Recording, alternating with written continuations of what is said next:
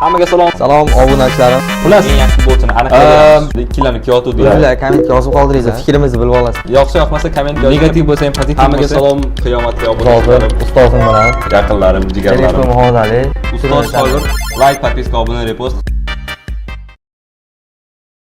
Hammaga salom, sizlar bilan ustoz bilan shogird yana ko'rib turishinglar mumkin. Yana biz bekorchilikdan video olishga qaror qildik. Yoqsa yoqmasa like, podpiska hammasini bosib qo'yasizlar. Bu hammasi majburiy. Shogird mana tanishamiz. Assalomu alaykum. Kameraga salom. Salom obunachilarim, har doimgidek. Qadrdonlarim, qiyomatli obunachilarim, ustoz shogird. Bugun biz 21-asrning, to'xta. 21-asrning eng yaxshi futbolchisini tanlashga qaror qildik. Biz ikkalamiz hozir konkretning eng yaxshi futbolchini aniqlayveramiz. Shuncha yillardan beri sizlar nima deydi, ikkilarni kyoto deylar. Biz mana hozir o'tirib qaror qildik. Sizlarning o'rningizga biz tanlab beramiz. Eng zo'r futbolchini o'zimizning fikrimizdan kelib chiqib, maslahatlashib. Biz fikrimizni bilib olasizlar. O'zinglar kommentga yozib qoldiringlar. Nima yoqsa yoqmasa kommentga yozinglar. Baribir ham bizning videomizni negativ bo'lsa ham, pozitiv bo'lsa ham baribir ham to'p topish kerak bizning videomiz. Любой komment qoldirishinglar mumkin. Xullas mana boshladik, klassikka bosamiz. 32 ta nomzoddan biz bittasini tanlashimiz kerak. 1-16 bo'ladi, 1-8, 1-4, 1-2 и final bo'ladi. Xo'p, mana sразу bizlar chiqyapti. 1-16 da sразу mana ikkita legendarniy futbolchilardan chiqyapti. Iker Casillas bilan Cristiano Ronaldo. Endi hozir Iker Casillas varatarlarning go'ti.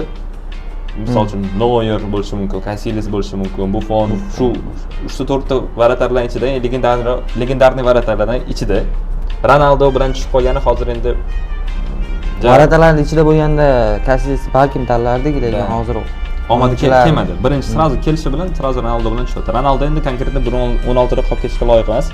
Casillas ham loyiq emas, endi taqdir ekan peshinasida yozilibdi. Ronaldo darish chiqadi. Ronaldo ketdi darish. Hop, Iniesta bilan Benzema. Endi bu futbolchilarni taqqoslaydigan bo'lsak, menimcha Iniesta sal legendarniyroq. Salmas legendarniyroq o'zining davrida Iniesta konkretni bosgan. Chunki Benzema endi biz u paytlarda uncha futbol ko'rmaganmiz. Men misol uchun uncha anaqa emasman. No, Benzemani bilaman. Paytida lekin bu ham normal o'ynab o'zini ko'rsatib olgan. Benzemani oxirgi sezonlarini ko'rdim. Realda o'ynaganini, o'sha Liga Chempionlar yutganini, 22-yil adashmasam. Shu yororuvda comebacklar qilib, gol urib. Endi Iniesta bilan taqqoslaganda menimcha Iniesta olib ketadi, chunki Iniesta fenomenal, populyarniy midfielder orasida. Poluzashniklar orasida Iniesta eng zo'ri desa ham bo'ladi. Boshqalarga qaraganda. Benzema endi hujumda o'ynagan bo'lsa, misol uchun Ronaldoni soyasida qolib ketgan bo'lishi mumkin ko'p momentlarda. Boshqa futbolchilar Bale ham bo'lishi mumkin. Endi bo'lishi mumkin. Dars Iniesta o'tadi. Rozimisan? Ha. Mayli. Maylimi yo rozimisan? Mayli. Marcelo bilan Shevchenko. Endi hozir agar misol uchun sizlarga yoqmaydigan qaror qiladigan bo'lsak, o'sha aytganimdek, pozitiv, negativ kommentga yozasizlar. Baribir ham ikkalasi bizga yordam beradi kontentimizni yaxshilashga, videomizni to'pga olib chiqishga. Xullas, o'zinglar bilasizlar nima qilishni, lekin komment yozish majburiy. Xullas, Marcelo bilan Shevchenkoni orasida tanlaydigan bo'lsak, biz albatta Marceloni tanlaymiz. Marcelo chap qanotda o'ynaydi, zashitada. Shevchenko davrini to'g'risini aytsam, biz uncha ko'rmaganmiz. Biz bilmaymiz. Aytib boramiz to'g'risini. O'zimizdan kelib chiqib aytamiz. Marcelo bo'lsa endi biz uchun legenda.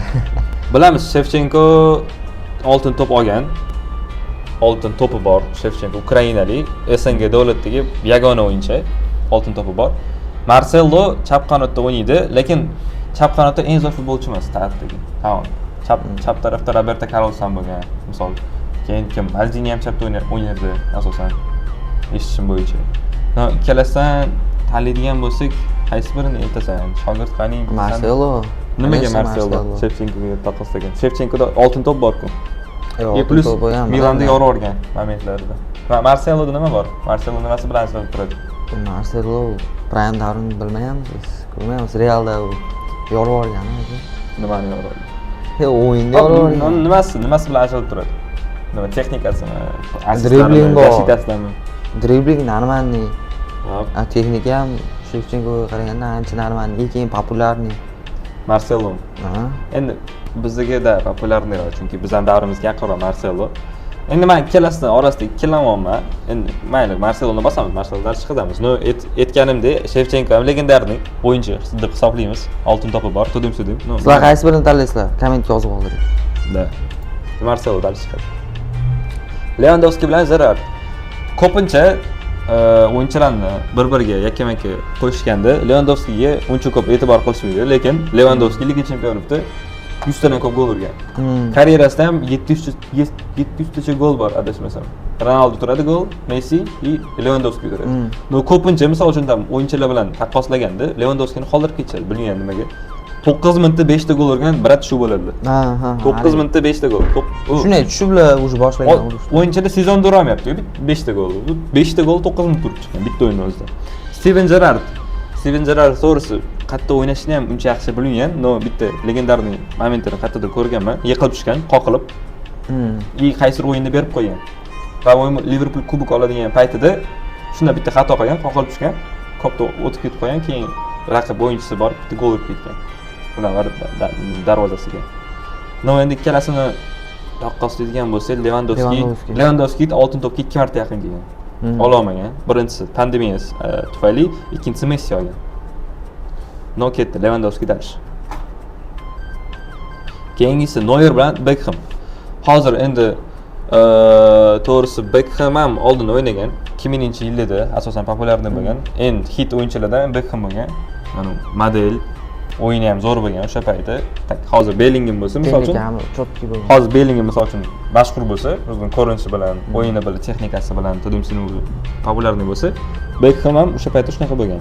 Endi hozir Iker Casillas chiqib ketganini hisobga olganda, Manuel Neuer varatar bo'lib turib, 2014-yil oltin to'pga o'ynagan, jahon chempionatini yutgan. Ko'ring, 2014-yil bilasam, Argentina bilan finalda yutib ketgan.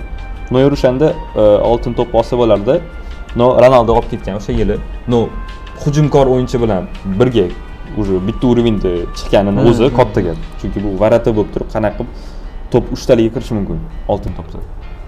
O'zi bu ancha qattiq Neuer. Neuer qattiqda, Neuer haligacha o'ynaydi. 38 mi yosh, adashmasam hozir endi Premier Ligada aytaman.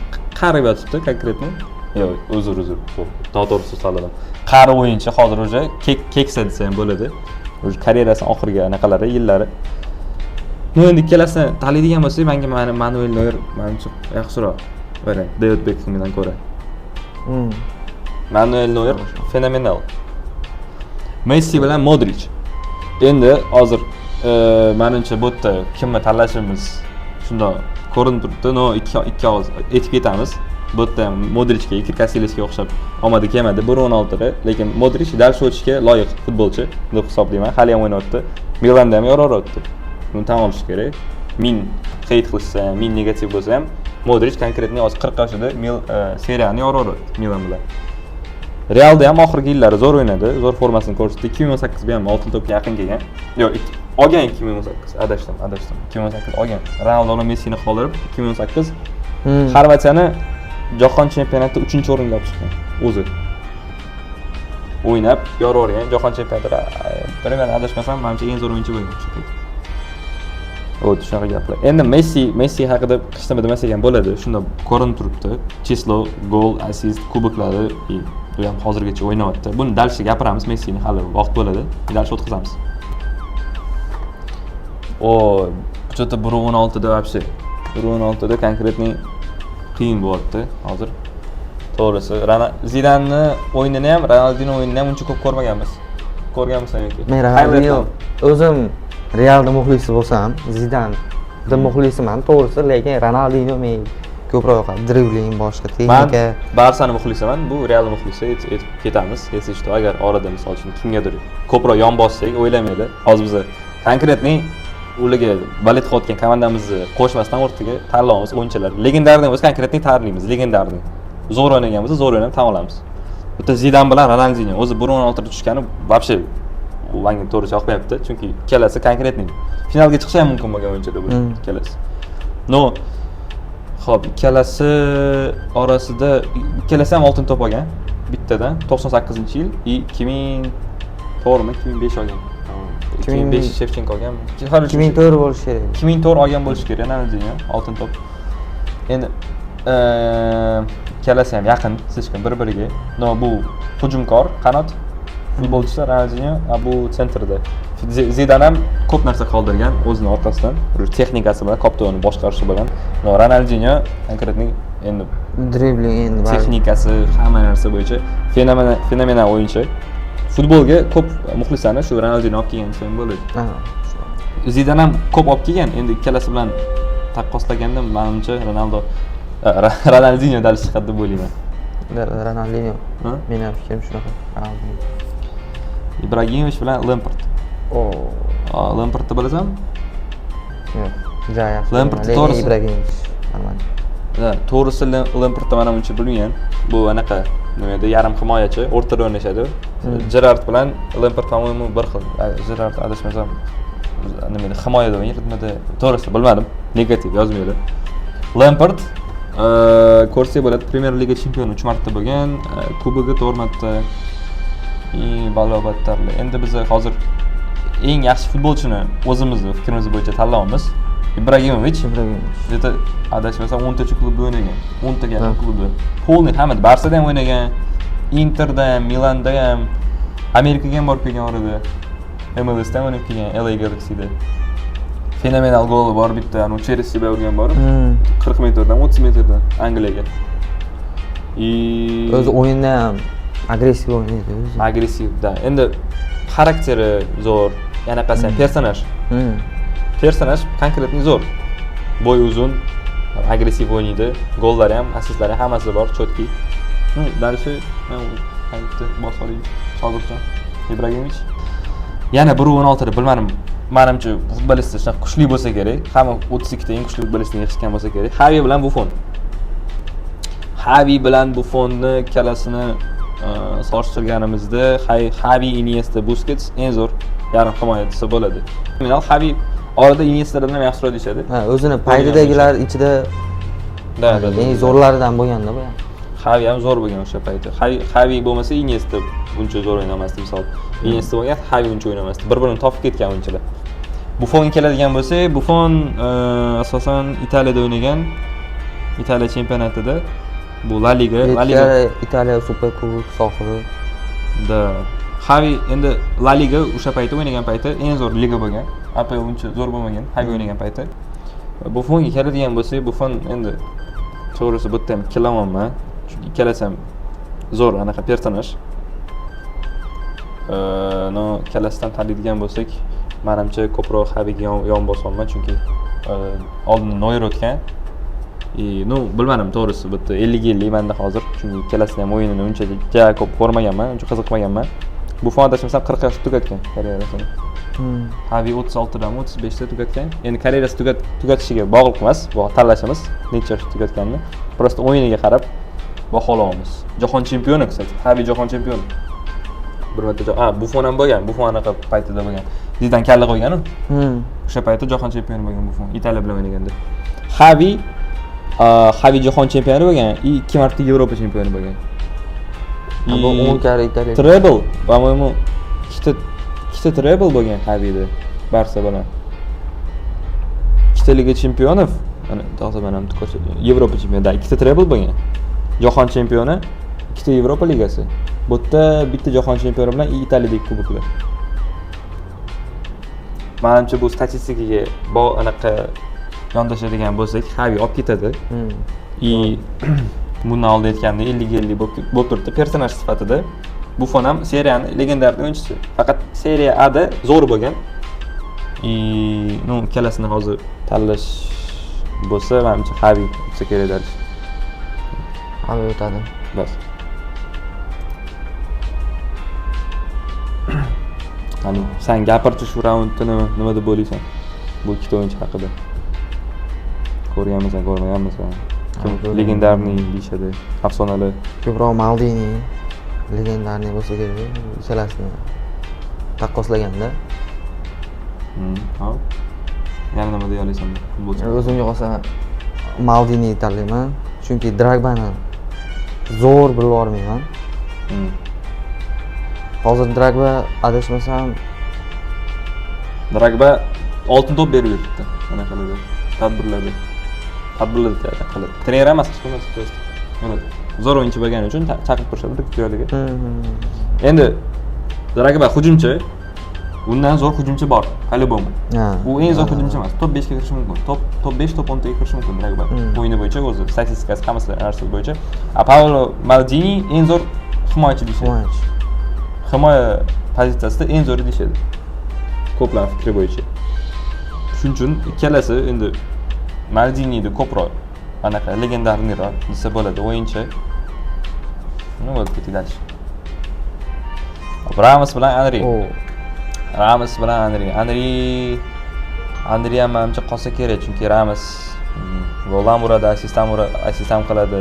Kerak bo'lsa orada agressiv ham o'ynaydi. No, menga to'g'risi Ramosni o'yin uslubi uncha yoqmaydi. No, ishlaydi, o'ynashi, yordam beradi jamoaga. Shunisi eng muhimi shunisi. No, anu agressiv o'ynab, tepib, orada ko'p joylarda eng ko'p qizil olgan himoyachi shu adashmasam. Himoyachi bo'lsa endi populyarniroq. Endi o'yini ham o'zi hamma bilsa kerak, Ramos o'yinini. O'yinichi prosta qanaqadir o'xshashi yoqmaydi-da, o'xshamasligi kerak. Bunday qo'yin, qanaqadir futbolga yaqin emas-da o'ynash. Tepib, baqirib, agressiv o'ynab, mana ko'rgin kelmaydi. Bari lekin kimgadir yoqishmaydi. O'yinda bo'lish kerak-da, shunaqa baribir. Bo'lish kerak. Prosta qanaqa bunaqa darajaga kelib qolgan bilmadim. Chunki shuncha gol urdi. Bundan keyin hozir mana Asensio shunaqa bir orada o'xshab qolishi mumkin. Prosta bunaqa himoyachi tam postoyanно qizil ursa, trener anaqasi ham olib ketadi-da. Chiqazgisi ham kelmaydi. Prosta bunda o'xshagan. Qizil olganda ham joyida olganda, kerakli joyda olganda. Tam to'xtatib, urib, yiqitib, goldan ham uradi, assist ham qiladi orada, himoyada ham yaxshi o'ynaydi. No, omadi kelib konkretni joyda oladi qizilni. Himoyachi deganda normalniy shu libo odam ayta oladi-da. No, top shutaga ham ko'plar kirgizadi Ramos. O'sha Maldini, Ramos, boshqa himoyachilar bilan qo'shishadi. Anri legenda. Anri endi cho'tki. Lekin Ramos populyarligi ham hamma. Ramos Anridan ko'ra oldinroq desa bo'ladi. Balandroq. Dальше Ramos. Hop, Salah bilan Ronaldo. Hop, endi bu yerda hozir vaqt misol uchun 2010-2020-yilda legendasi Salah desa bo'ladi. APLda, imенно APLda o'ynagan. Ronaldo konkretni Milanda ham adashmasam o'ynagan, Interda ham o'ynagan. Barçada ham o'ynagandi Ronaldo. Ronaldo Barçada ham o'ynagan bo'lgan. Yo'q. To'g'risi esimda. Ko'p joyda o'ynaganda xullas Ronaldo. Realda ham o'ynagan. Asosan bir-biriga qarshi bo'lgan komandalarda o'ynagan Ronaldo. Lekin ko'proq Realda o'zini ko'rsata olgan. Realda o'zini ko'rsatgan. Endi Salah haqida gapirsak bo'ladi. Salah APLda eng zo'r o'yinchisi. Ko'plar tan olmaydi buni. No, men konkretni aytaman, Salah APLda eng zo'r o'yinchisi. Legendarlik, gollari ham, assistlari ham, mana yaqinda ham oldingi sezon ham zo'r o'ynab keldi. Absolut oltin to'p darajasida o'ynadi. 2018-2009 ham zo'r o'ynagan, Chelsea da ham o'ynagan, Roma da ham zo'r o'ynagan. No, Liverpoolda legendasi, APL da ham eng zo'r o'yinchi desa ham bo'ladi. Top 3taga kiradi menimcha eng zo'r o'yinchisiga. Endi Ronaldo fenomenal bo'lgani uchun Braziliyaning top anaqasi, oltin to'p sohibi, 2 marta oltin to'p olgan ekan. Adashmasam Liga chempioni yutmagan umuman Ronaldo. Yutolmagan. Salah yutgan 2019. Bu yutolmagan. No, oltin to'p endi o'yinchidan qolamiz, gapiramiz. Komandasi endi uncha omad kelmagan bo'lsa. Ikkalasi bitta davrda bo'lganda, menimcha Ronaldo olib ketardi. Ronaldo olib ketardi. Endi qaytiga ham bog'liq. Ronaldo bosamiz, darsga muhokama qilamiz, kim bilan tushib qolsa. Andrea Pirlo bilan Kaka. Chunki uncha katta emas bular futbolist haqida. Jahon chempioni. 2 marta jahon chempioni bo'lgan ekan Pirlo. Kaka ekan. Endi bu ikkalasida hozir tanlaydigan bo'lsak, menimcha Kakaga ko'proq aniq qolman. Endi hozir bizda tayyor statistika yo'q, kim qancha gol urgan, kim qancha assist qilgan. Andrea Pirlo ham eshitganman, legendarniy o'yinchi deyshadi. O'sha Maldini, Pirlo, Kaka bitta davrda o'ynashgan. O'sha aniq qilmasam, Pirlo menimcha Juventusda ham o'ynagan. Milanda emas, asosan Juventusda yaxshi. Eshitganman. No, ikkalasini tanlaydigan bo'lsa, menimcha Kaka dalish o'tadi. Kaka oltin to'p ham olgan ekan, boshqasi ham Realda ham o'ynagan Kaka. Dalish. Suarez bilan Raul. Boya aytgandek, Lewandowskiga o'xshab, Suarezga ham uncha qilishmaydi. Ko'p muhokama qilayotganda, futbolistlar kim yaxshi muhokama qilayotganda. Raulni bilasan? Yaxshi bilmayman. Raulni men ham yaxshi bilgan. No, где-то ko'zim tushib qoladi statistikalarga. Orada birinchimi, ikkinchi o'rinda turadi Raul. Shu gollar bo'yicha, assistlar bo'yicha, Realga yordam bergani bo'yicha. Suarez konkretni top 2 top 3 eng zo'r hujumchi desa bo'ladi tarixdagi. Top 3 ta deylik. Udarlari, moment poylashi, goldan urishi, Liverpooldan yorib olgan. Liverpoolda yorib olib, keyin Barsaga o'tgan. Hamma o'yin agressiv, cho'tki. Agressiv ham o'ynaydi, boshqa narsa ham o'ynaydi, tam show qiladi. Ramos ham show qiladi, bu ham tam qulog'idan tishlab oladi, boshqa narsa qiladi. Hamma yoqdan tishlab oladi. Diskvalifikatsiya bo'lganda ham Barsaga o'tgan Liverpooldan. O'tayotgan paytida diskvalifikatsiya bo'lgan 8 oyga, shunaqa 1 yilga 8 oyga. Qulog'idan tishlab olganiga. Kelin Italiyadan anaqasida terma jamoasida himoyachisini. Короче, 8 oydan keyin ham o'ynaganlar Barsada. Diskvalifikatsiya bo'lgan taqdirda ham sotib olgan Barsa. 90 million, 80 millionga sotib olgan. O'sha paytda qancha pul bo'ladi. No, Suarez konkretni o'tadi. Roberto Carlos bilan deyman. Aytganimdek, Marceloni boy chiqazdik. Roberto Carlos Marcelo bilan Marcelodan teparoqda turadi deb hisoblayman. Roberto Carlos eng legendarniy udari bor. Xo'las, Roberto Carlos bilan Neymar hozir gapira o'tirdim. Roberto Carlos xo'las Marcelodan teparoqda turadi. Zashtik bo'yicha chap qanot o'ynagan. Legendarniy goli bor. Ko'ryapsiz? Poland sentrdan bitta tepgan, aniq kirib ketgan. Aylan. Ancha bo'ldi. Bari, eski gol, qarang. Bu jahon chempioni ham bo'lgan, Amerika kubogi sohibi ham. No, endi eng yaxshi futbolchini tanlaydigan bo'lsak, ikkalasini pozitsiyasi har xil. No, Neymar konkretni realniy, legendarniy Neymar o'zini pozitsiyasida yorib olgan Ronaldinhoga o'xshab, bu ham ko'p texnikasi, shou ko'rsatadi, ko'p fint qiladi, alda o'tkida, dribling, aldiydi. Bunda faqat bitta zarba bor endi. Ronaldo bilan Messi davrida konkretni ularni urovenda o'ynashga harakat qilgan yagona futbolchi. 3-o'rinda turadi deb o'ylayman. Ular bilan teng nima desa bo'ladi? Ozgina yetmay qolgan. Da, bahslar oladigan, lekin ozgina yetmay qolgan travmalari hisobiga omadi kelmagan futbolchini просто. No, konkretni hamma harakat nima edi? Hamma imkoniyati bo'lgan. Bu hali dribling ko'p o'ynagani uchun futbolchilar noto'g'ri tushunishib buni ko'p qo'pol o'ynashganda bunga nisbatan. Da. Endi ko'plar xavfli deb bilgan. No, Neymar dalish ketadi. Bizlar hozir oxirgi raund 1:16 da Rooney bilan Puyol. Ikki chiqadi. Chiqmadimi? Yo'q. Hop, Puyol bilan Rooney. Ya'ni sen gapircha, men umuman hisoblamayman bu raund menga negativ qilishmasin. Nima deb o'ylaysan? Nimalar eshitgansan? Nima legendarniy momentlari bor? Puyolni yaxshi bilmayman. Rooney haqida eshitganman. To'g'ri, zo'r emas, lekin Puyolga qaraganda buni yaxshiroq bilaman. Puyol haqida ma'lumot. Puyol Barsani anaqasi. Kapitan. Barsa bilan Poli startda bo'lgan kapitan komanda. Endi Barsada kapitan bo'lsa, qanaqa darajada o'ynash kerak? Qanaqa xarakter bo'lish kerak Barsaning kapitani bo'lish uchun? O'sha davrda, tim bo'ldi, o'sha Guardiola paytida. Ispaniya chempionatida endi Rooney asosan endi zo'r deb eshitganman, Ronaldo bilan o'ynagan paytini eshitganman asosan. O'zi o'ynagan davri umuman bilmadim. Qachon o'ynagan, nechinchi yil o'ynagan, nechta gol, nechta assist qilgan, APLda o'ynagan. Endi APLda misol uchun APLda undan zo'r o'yinchilar bor. Rooneydan ko'ra ham Lampard ham, Gerrard ham misol uchun shuni urovenda o'ynashgan. Rooneyni отдельно qanaqadir zo'r jihatini bilmadim.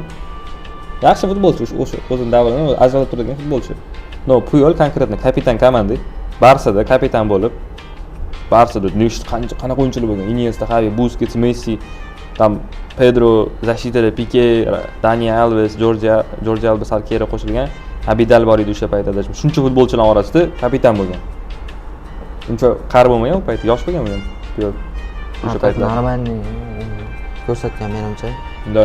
Buncha statistikaga qaraganda. Endi kelasi tanlaydigan bo'lsa, menimcha Puyolga ko'proq qolman tanlashi. Sani nima bo'laysan? Kelasi.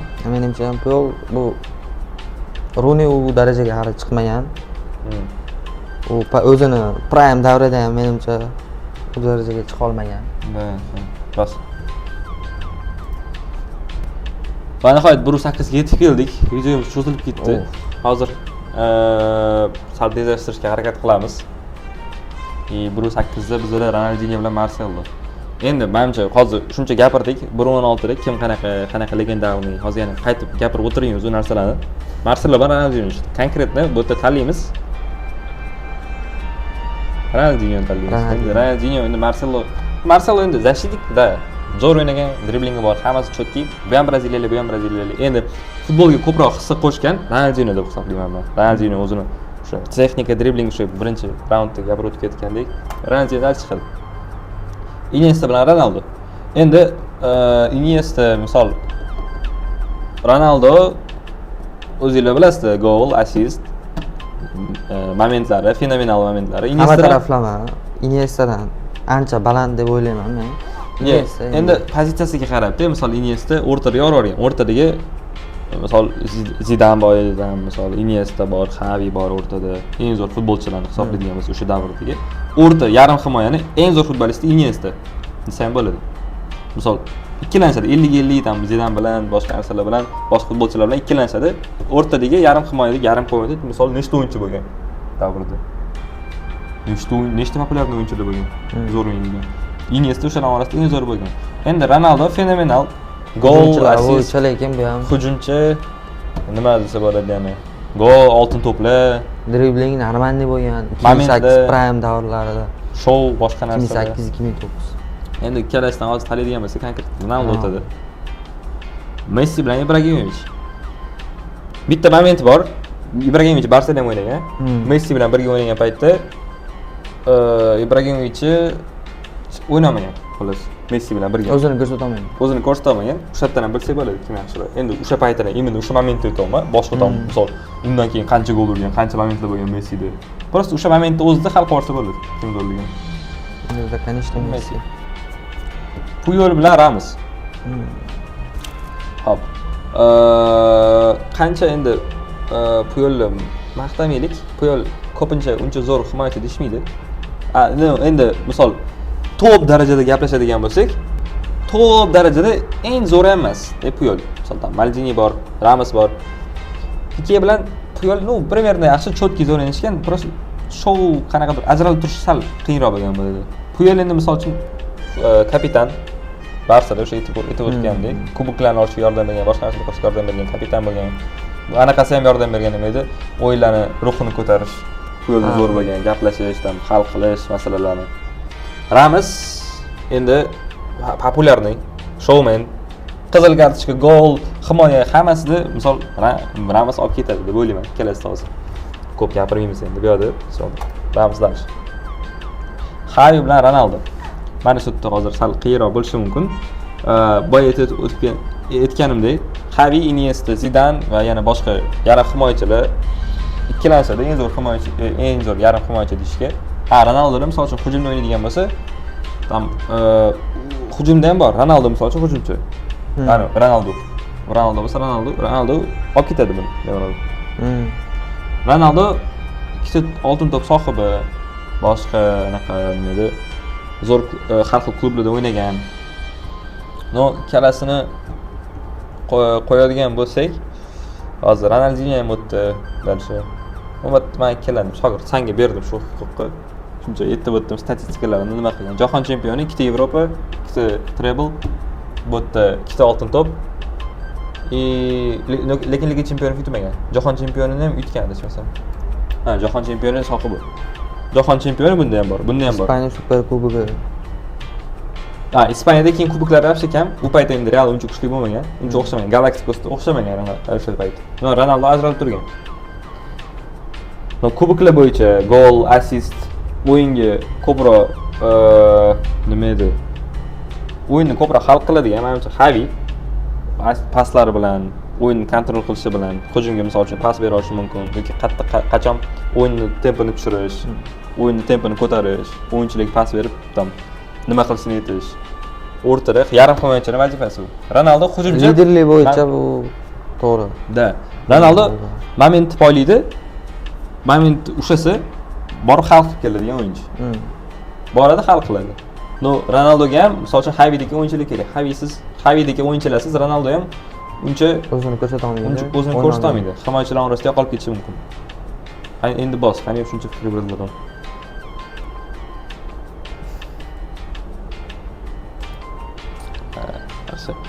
Neuer bilan Lewandowski. Bular ikkalasi bitta klubda o'ynagan. Bavariyada. Zo'r o'yinchi deydigan bo'lsak, Lewandowski ham gap bo'lishi mumkin emas, legenda. Zo'r o'yinchi. Ko'plar tan olmaydi legendaligini. No legenda. Liboy taraflama Lewandowski baribir. Lewandowski просто 9 minutda 5 ta gol. Bilgan biladi, bilmagan o'zi biladi. Bilgan biladi. Neuer ham Neuer legenda u ham. Nechta jahon chempioni ham bo'lgan. Oltin to'pga ham yaqin kelgan. Non kelasa oltin to'p olmagan. Bu 700 ta gol, nechtadir assist. Neuerda shuncha save. Endi hozir misol darvozabonga ko'p muxlis. Nima bo'ldi hozir? Xullas darvozabonga ko'p odam muxlislik qilmaydi. Shuni hisobga olganimizda Lewandowski misol uchun 9 minutda 5 ta gol urish hammaga emas. Bunga emas, menga emas 9 minutda 5 ta gol. Endi mahallada o'tib kelishimiz mumkin hozir borib orqa mahallada. Просто konkretni Lewandowski populyarroq, bizga yoqadi o'yinchi. Yoqqani uchun tanladik. Suarez, Maldini. Suarez. To'g'rimi? To'g'ri. Gapni qisqa qilamiz Suarez. Gapni qisqa. Xo'p, Neymar bilan Kaka. Neymar. Mana tezlashib ketdik. Endi boy aytib o'tdik, qancha statistikasini bermasak, qancha texnikasi va driblingini aytmasak, Ronaldo fenomenal, konkretniy. Bu yerda ham tam aytaylik 60 ga 40 deylik tanlash bo'yicha. Chunki win tam gol urilmasin, assist qilinmasin, kuboklar yutilmasin, o'yinda o'zini texnikasini o'sha paytda futbol eng gullab kelgan vaqtlar 2004, 2000-yillar. Bu paytda uncha zo'r populyarniy o'yinchilar bo'lmagan. Futbolga qiziqish olib kelgan o'yinchi bu Ronaldinho. Desa bo'ladi, konkretni Ronaldinho hamma muxlislarni olib kelgan. Keyin o'sha Messi ham paydo bo'lgan, keyin Ronaldo ham paydo bo'lgan, keyin qolgan o'yinchilar ham paydo bo'lib populyarni olib keturgan. No, imенно o'sha boshlanishida Ronaldo olib kelib bergan hammasi. Ronaldinho olib kelib bergan. Endi 60 ga hozirgacha Ronaldo o'zini mavqeini, o'sha paytdagi mavqeini hozirgacha saqlab kelyapti. No, da, hozir aytganimdek 60 ga 40% bilan Ronaldo olib ketadi Ronaldinhoni. No, yaqin keldi Ronaldinho, yaqin keladi. Bunaqa Messi, Ronaldo shu futbolchilar yaqin keladi. No, ularni qatoriga qo'shila oladi-yu, lekin baribir.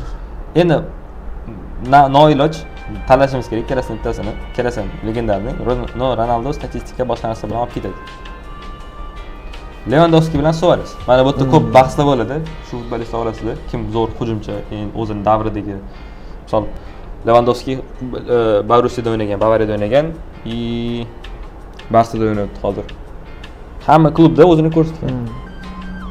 Gol uradi 9 minutda, yana bitta aytaman. 9 minutda 5 ta gol. No, agressivlik bo'yicha endi Suarez bo'lishi mumkin, lekin texnika taraflama menimcha Lewandowski kuchliroq. Lewandowski moment ushlashni biladi, konkretni boradi. Kim bo'lmasa orqada bitta pas oladi. Momentdan foydalanishni biladi. Momentni yorvoradi. Suarez ham xuddi shunaqa. Bir xil o'yinchi bir-biriga. Gollari, no, Suarezda gol kamroq. По-моему, 400 ta bo'lishi kerak desam, 400 ta 500 ta. Bunda Lewandowski 700 ta. Endi qaysi chempionatda o'ynashiga bog'liq. Misol Bundesliga 2010-yilda uncha anaqa emas, uncha kuchli bo'lmagan. Bavariya bo'lgan, Borussiya bo'lgan. Borussiya uncha kuchli bo'lmagan deb aytayman. Konkretni eng asosiy gollarni o'sha paytda urgan, Bavariyada o'ynagan paytda, no, Liga Chempionatda ham yororgan. Liga Chempionatda ham 100 tadan ko'p gol. Suarez 25 ta gol. Adashmasam, Liga Chempionatda. Pash 4 karra. 4 karra ko'proq Lewandowski yororgan. Hujumchini oladigan bo'lsak, misol Suarez ham texnikasi ham bo'lishi mumkin, boshqa shou qilishi mumkin, quloqdan tishlab oladi. Populyarniy bo'lishi mumkin. Agressivlik bo'yicha yuqoriroq turishi mumkin Lewandowskining, lekin o'yin, texnika, boshqa narsalar bo'yicha Lewandowski bari olib ketadi. MSN degan anaqa bor Barsada, Messi, Suarez, Neymar. Misol MSN bo'lganda Suarez zo'r o'ynagan. Undan oldin ham zo'r o'ynagan. Misol Lewandowskiga MSN kerak emas. Lewandowski bitta o'zi turadi, orqasida bitta o'yinchini qo'yib qo'ysa, yarim himoyachiga, misol sanab pas bersang, shunda bitta tepada kiradi. Gol. Penaltini ham konkretni zo'r qilib beradi Lewandowski. Shunda penaltini bersa, ishonsa bo'ladi deb o'yinchiga xullas. Hujumga qo'yib ishonsa bo'ladi. Maksimalni foydalana oladi. Suarez misol uchun agressiv ko'rsatib, shou qilib, misol qizib olib ketishi mumkin. Lewandowski bunday jihati yo'q. Lewandowski xarakterini o'zini bosib olgan. Konkretni hujumga borib, imенно gol urishni o'ynaydi Lewandowski. Birga bir holatda minimum vaziyatdan maksimum foydalana oladigan o'yinchi deb Lewandowski'ni aytsak bo'ladi, bemalol. Da. Lewandowski darsi o'tadi, haqqoniy. Xavi bilan Messi. Xo'p, endi o'sha boya aytganimdek, Ronaldinho bilan Ronaldo tushdi. Ikkalasini anaqasi har xil roli komandada. Ronaldinho misol uchun shou ko'rsatib, texnik qilib, aldab o'tib ketib pas berish. Dars. Misol uchun o'yinchilar, himoyachilarni aldab, dalshi pas berish. Messi bilan Xavini birga taqqoslaydigan bo'lsak, konkretniy Messi o'tish kerak. Messi o'tadi. Messi o'tadi. Endi ko'p anaqa qilmaymiz. Oltin to'plar, boshqa narsalar. Neymar bilan Ramos. Endi boya Neuer chiqazordik, Lewandowski bilan o'ynaganda. Aytdim, то что misol Varatariga ko'p muxlislik qilmaydi o'yinchi. Ya'ni muxlislar xullas Varatariga ko'p yon bosishmaydi, chunki endi Varatari o'ynaganda nimasi qiziq. Qaytarib save qilishi mumkin. No, konkretni kuzatib, uni qanaqa o'ynashini, qanaqa save qilishini hech kim kuzatmaydi deb o'ylayman. Neymar fint, dribbling, assist, gol, kuboklar, zo'r fenomenal momentlar. Hujumchilarda misol oltin to'p olish ham anaqasi imkoniyati kattaroq. Chunki ko'proq vaziyatlar bo'ladi, ko'proq anaqa qilsa bo'ladi. O'zini ko'rsatsa bo'ladi hujumda. Hujumda Neymarga asosan ozodlik berilgan. Hujumda borasan xohlaganini qilib kelishgan Neymarga. Bu borgan gol urgan, assist qilgan, dribbling qilgan. Ramos ham xuddi shu narsa. Himoyachilar orasida fenomenal gol, hamma narsasi bor, hamma jihati bor. Misol ikkalasi bitta komandada o'ynaganda zo'r komanda bo'lardi. Ikkalasi bir-biriga xalaqit qilmaydi. No, endi ikkalasini misol uchun baholaydigan bo'lsak, menimcha Neymar dalcha o'tish kerak. Chunki endi men Neymarda muxlislar ham ko'proq, futbolga ham ko'proq muxlislarni Neymar olib kelgan. Neymarni futbolga hissasi kattaroq demoqchiman. Ramosdan ko'ra. No, Ramos ham shu o'ringa chiqdi. Ikkalasi prime davriga qaraganda ham baribir Neymar olib ketadi Ramosni. Da, shunaqa. No, dalcha Neymar chiqadi. 1-2 ga chiqamiz endi. 1-2 da mana Neymar bilan Ronaldo. Hozir boya aytganimdek, endi bu yerda sal gapirsak bo'ladi Ronaldo haqida, chunki konkretni kuchliroq raqib tushdi. Neymar shu aytganimdek, bundan oldingi raundda dribbling, boshqa narsa, ozodlik, fintlar qilib, просто Neymar omadi kelmagan. Misol Neymar omadi kelib qolganda, Ronaldo Messidan ham kuchli bo'lib ketishi mumkin edi. Unda bor edi o'sha anaqasi, nima edi? Intilish. No, Ronaldoda omadi kelgan, o'xshagan. Neymarga qaraganda, Ronaldoda o'sha gollar, assistlar haligacha gol uryapti. Saudiyada 40 yosh bo'lsa ham Neymar hozir bir karyerasini oxirida Santosda o'ynayapti Braziliyada. No, konkretni achinarli holat Neymarda karyerasiga misol zo'r bo'lib ketganda xursand bo'lardik. Neymar misol zo'r o'yinchi bo'lib ketganda. No, ikkalasini hozir bir-biri bilan nima taqqoslaganimizda Ronaldo konkretni o'tish kerak dalcha. Ronaldo o'tadi. Oltin to'p, hamma kuboklar, o'yinlar, gol urishlar, momentlarni poylash. No, gapirsam shart emas, Ronaldoni bilgan biladi. Dalcha ketdik. Lewandowski bilan Messi. Lewandowski misol uchun boya Zidane chiqdi, Ronaldinho chiqdi, boshqa o'yinchilar chiqdi. Bu yoqqacha chiqsa bo'lardi. Misol uchun Lewandowski chiqmasdi agar shu o'yinchilar boshqacha tushib qolganda, boshqa o'yinchilar bilan tushib qolganda. No, Lewandowski hozir 1-2 gacha chiqdi. Lewandowski konkretni hujumchi. Konkret borada gol uradi. Messi yarim himoyada ham zo'r o'ynaydi. Yarim himoyada Iniesta bilan Xavini birga qo'shganda assistlari ko'proq. Messi 400 ta assist qildi yaqinda. 900 tacha goli bor. 400 ta assist bilan 900 ta gol. U degani har bitta o'yinda o'yinlar ham по-моему 1200 tami shunaqa. Har bitta o'yinda liba assist qiladi, liba gol uradi. No, endi o'zing bilasan.